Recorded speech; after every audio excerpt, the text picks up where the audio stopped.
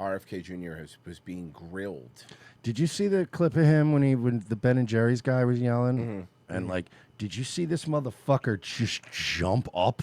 Like, Yeah. oh God, this is how it ends. There was that disturbance behind RFK. Watch him, dude. He was like, ah, like he's a Kennedy. Do you blame him? I have never seen anyone that flinchy. And then I was like you said, I went, oh yeah, he is a Kennedy though. Yeah, I would be flinchy too, all the time. I'm the Kennedy that's taking on the big pharmaceutical companies. Oh, that's okay. I hate balloons so much.